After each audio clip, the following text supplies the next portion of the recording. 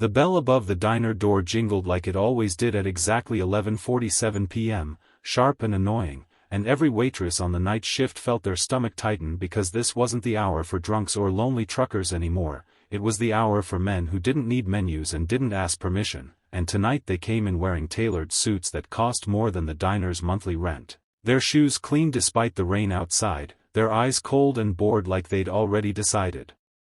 how the night would end, and leading them was Victor Romano, the kind of man whose name didn't need an introduction in this city because it traveled ahead of him like a shadow, whispered by cops who looked the other way and business owners who paid protection money with shaking hands, and when he walked in, conversations died, forks paused halfway to mouths, and the cook in the back stopped humming because everyone knew that when Victor Romano entered a place, the rules changed, but what nobody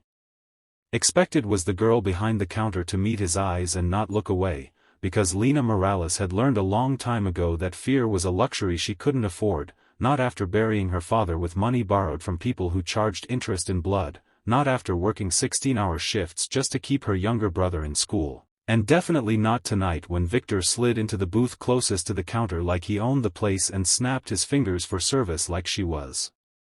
a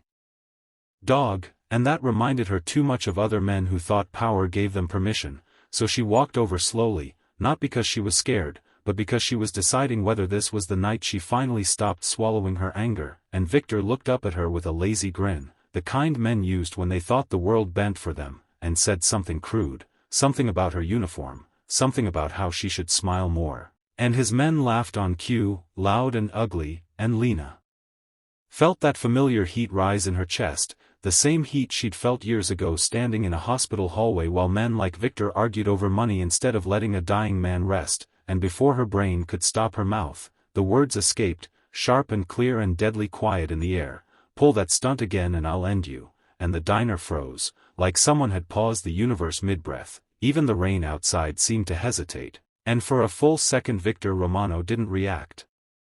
And that second felt longer than her entire life because she realized what she'd just done, realized there was no rewind button, no apology strong enough, and then Victor laughed, slow and amused, a sound that made seasoned criminals nervous, and he leaned back in the booth, studying her like she was a puzzle instead of a threat, and said softly that no one talked to him like that and lived long enough to regret it. And Lena met his gaze again, heart pounding but face calm, because she knew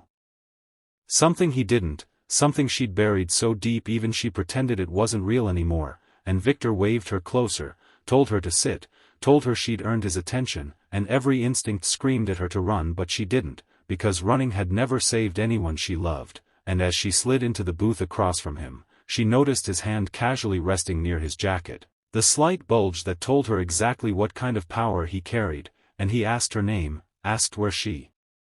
learned to talk like that, asked if she understood who he was, and she answered honestly, told him her name, told him she knew exactly who he was, told him men like him came into this diner every few months thinking they were untouchable, and that was when Victor's smile faded just a little, because something in her voice didn't sound rehearsed or brave or stupid, it sounded certain, and certainty made powerful men uncomfortable, and he leaned in closer, lowering his voice, telling her that certainty got people killed, telling her stories about people who'd crossed him and disappeared, and Lena listened, really listened, nodding slowly, and then she told him she'd seen worse men than him beg for mercy, and that was when the air shifted, because one of Victor's men reached under the table, and another stood up behind her, and the cook in the back dropped a pan with a loud clang that made everyone flinch, and Victor raised his hand, stopping them all, his eyes never leaving Lena's face. And he asked her one final question, the kind that decided whether someone lived or died, "Why shouldn't I kill you right now?" And Lena didn't answer right away, because the truth wasn't dramatic or clever, it was painful, and she took a breath and told him that if he killed her, the city would hear about what he'd done tonight, not rumors, not whispers, but names and places and dates, told him that there were files already copied and sent, insurance for a girl who'd learned early that monsters only respected leverage, and Victor's expression finally changed, not to fear, but to interest, because he loved games, and he asked her where a waitress like her learned about leverage, and Lena stood up slowly, smoothing her apron, and said her father used to work for men like him until he decided to leave, and that was the moment Victor's eyes darkened, because he remembered, because some debts didn't stay buried. And the bell over the door jingled again as a police cruiser rolled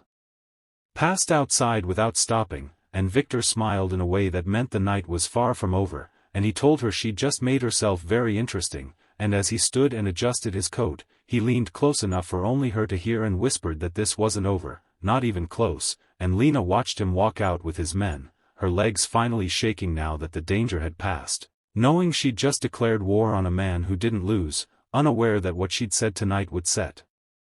off a chain of events that would drag the entire city into the light, because Victor Romano didn't know yet that Lena Morales wasn't just a waitress, and if you want to know what happens next, how a single threat from a diner booth turns into the most shocking mafia takedown this city has ever seen. By the time dawn bled pale orange through the cracked windows of Lena's apartment, she had already made 3 calls she swore she'd never have to make again, calls to people who didn't ask how she was or why she sounded calm when she should have been terrified, people who only asked one question: is it time?